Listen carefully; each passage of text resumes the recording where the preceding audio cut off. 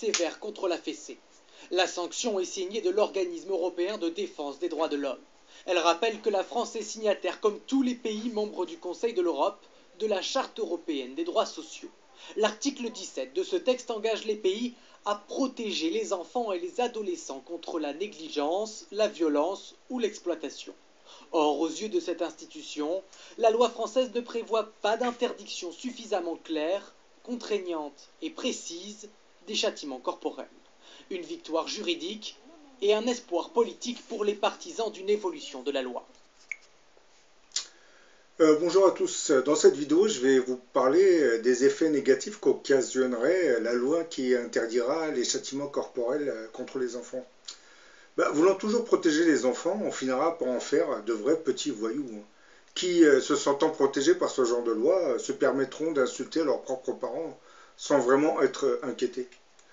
Est-ce vraiment le but recherché par certaines puissances occultes et maléfiques qui, inspirant nos députés, veulent imposer la non-punition à tous les enfants pour ensuite en faire des adolescents, arrogants, dépressifs et manquant de respect à leurs propres parents? C'est ainsi que le 22 décembre 2016, un amendement qui avait été déposé en juin 2016 par 3 députés, un PS, Marianne Chapdelaine, François Michel et Lambert et Edith Guignot, interdisait dès le 1er janvier 2017 tout châtiment corporel contre les enfants. Concrètement, cette mesure modifie l'article 371-1 du Code civil, qui définit l'autorité parentale destinée à protéger l'enfant dans sa sécurité, sa santé et sa moralité, pour assurer son éducation et permettre son développement dans le respect dû à sa personne. Cette autorité devra dorénavant s'exercer en excluant tout traitement cruel, dégradant ou humiliant, y compris tout recours aux violences corporelles, précise le texte. La mise en place deviendra un vrai danger pour l'éducation de nos enfants, car ne subissant plus aucune punition corporelle, les enfants auront tendance à se révolter contre leurs propres parents. La Suède, qui avait été l'un des premiers pays à interdire la fessée, serait en train d'en subir les conséquences aujourd'hui. Les enfants suédois ont souvent été choyés par les institutions suédoises. Par exemple, sur son site officiel, la Suède se vantait même d'être le pays où les enfants comptaient.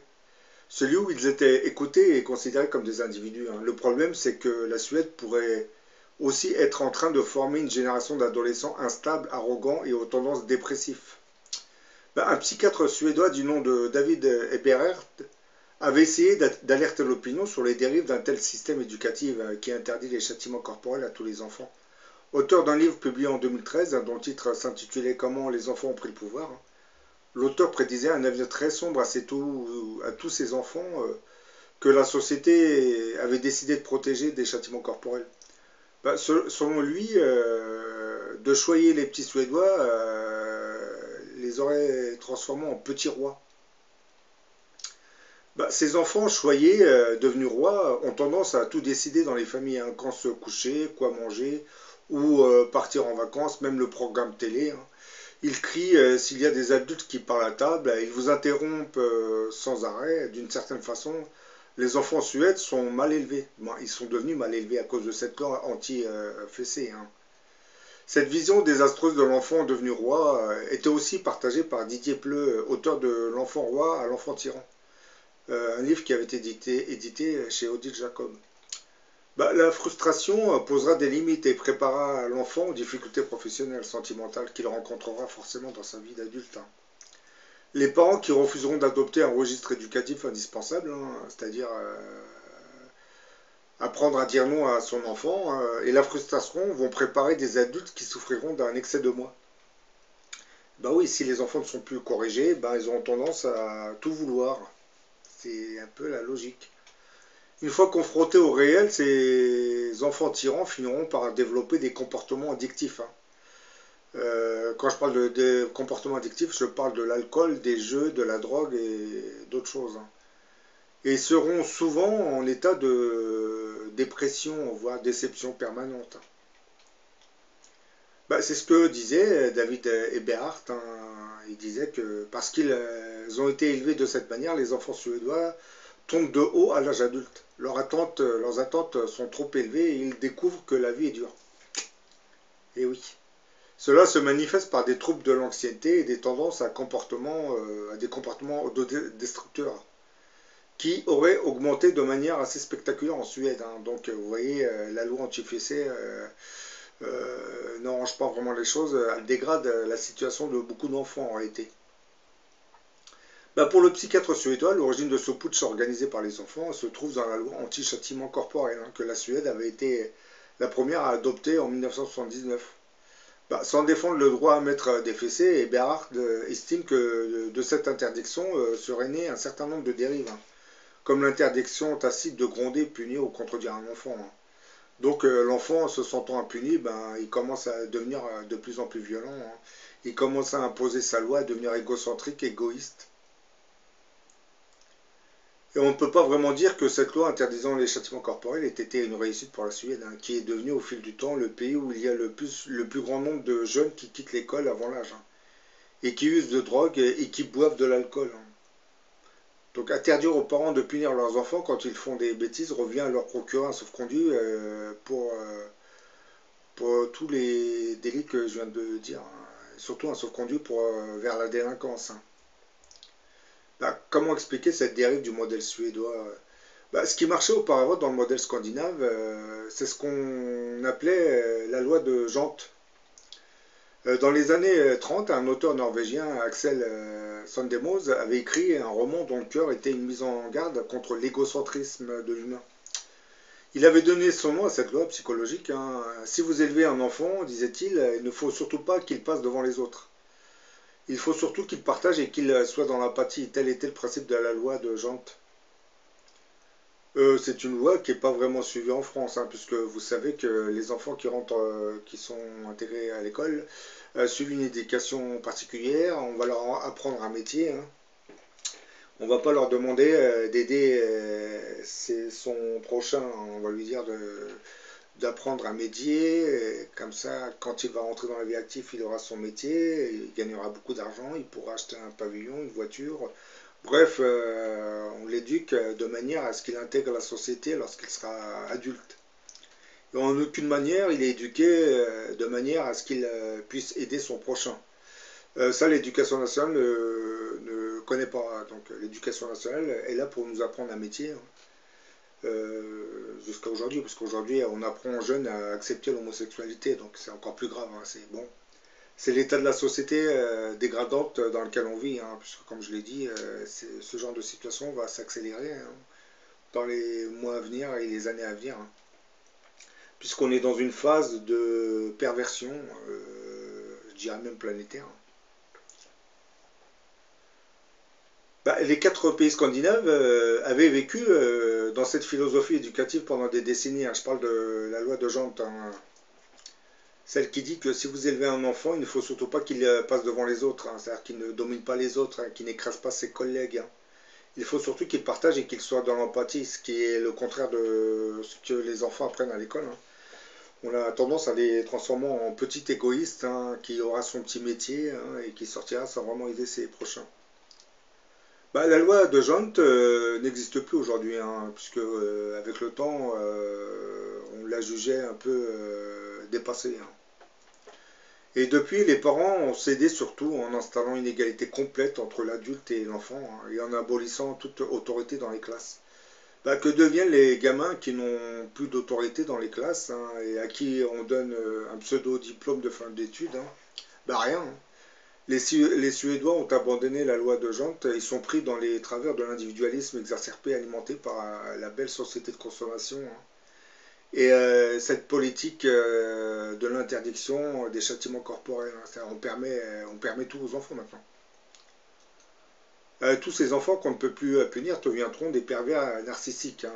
Leur seule loi gravitera autour d'un égocentrisme et d'un égoïsme exacerbé. Hein.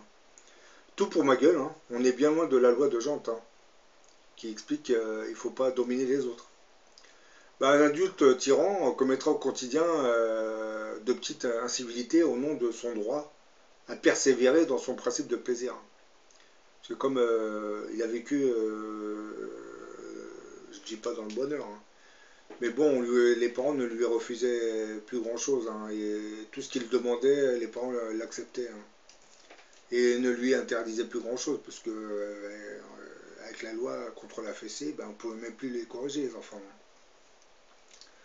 Bah, ce genre d'enfant, en grandissant, finira par parler fort au téléphone dans les transports en commun. Et il voudra le pouvoir, il le prendra, alors qu'on ne lui aura même pas donné exactement. Comme l'enfant qui décidera de tous ses loisirs, de ce qu'il va regarder à la télé. Voilà, c'est un peu ça. Interdire la fessée, c'est pousser l'enfant à devenir arrogant, en gros.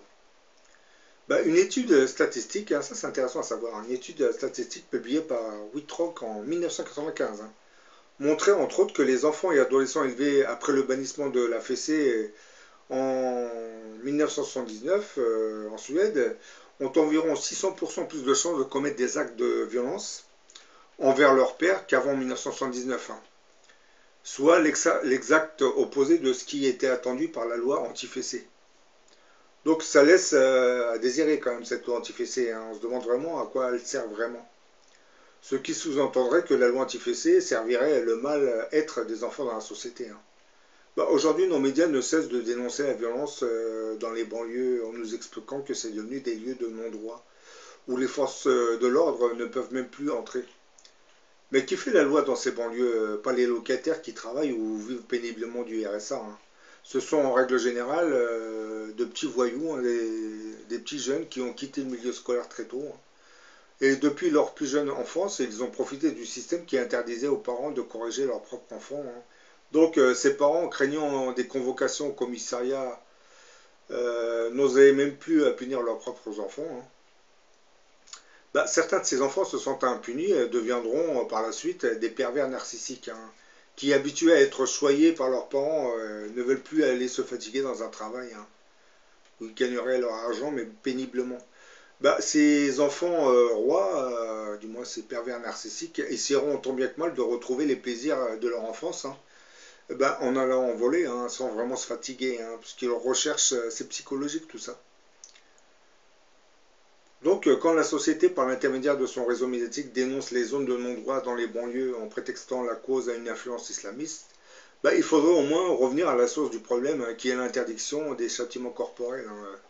Certes, certaines associations feraient un très bon travail pour protéger les enfants maltraités, puisqu'il en existe, malheureusement. Mais bon, le problème, c'est que d'une minorité agissante, parce que ces parents qui maltraitent leurs enfants, c'est une minorité, on finit par sanctionner la majorité des parents qui, par peur d'être convoqués au commissariat, n'osent même plus corriger leurs propres enfants. Le résultat, vous le voyez actuellement, tous ces enfants grandissent, ils se sentent impunis, donc beaucoup de ces jeunes enfants, vous les voyez dans les établissements scolaires, deviennent agressifs, ils insultent leurs professeurs, ils ne craignent plus grand-chose. Parce que la société dans laquelle nous vivons a mis un système pour les protéger. Donc on protège des enfants en les transformant en véritables voyous. Je pense que l'interdiction des châtiments corporels, c'était un peu le but recherché. Donc je pense que derrière ce genre de loi se cacherait le diable. Parce que lorsque vous ne pouvez plus corriger vos enfants, vous vous doutez bien que les enfants, en grandissant, ne vont plus vous respecter et ne respecteront plus grand monde à l'extérieur. Donc ils seront même arrogants, insultants. C'est que là, on est en train de nous préparer une nouvelle génération d'enfants qui ne vont plus respecter grand-chose. Donc c'est vraiment le mal, comment dire, dans sa vraie grandeur. Donc je pense qu'à l'avenir, il faudra faire très attention à ce genre de loi qui nous impose des interdits qui, avec le temps et à long terme, installeront le mal sur Terre. Puisque nous avons tous été corrigés par nos parents quand nous faisions des bêtises. C'est un peu grâce à cela que beaucoup d'entre nous n'ont pas dévié et ont gardé une route droite. Mais le problème, c'est que les nouvelles générations n'ont pas eu les parents que nous avions eus.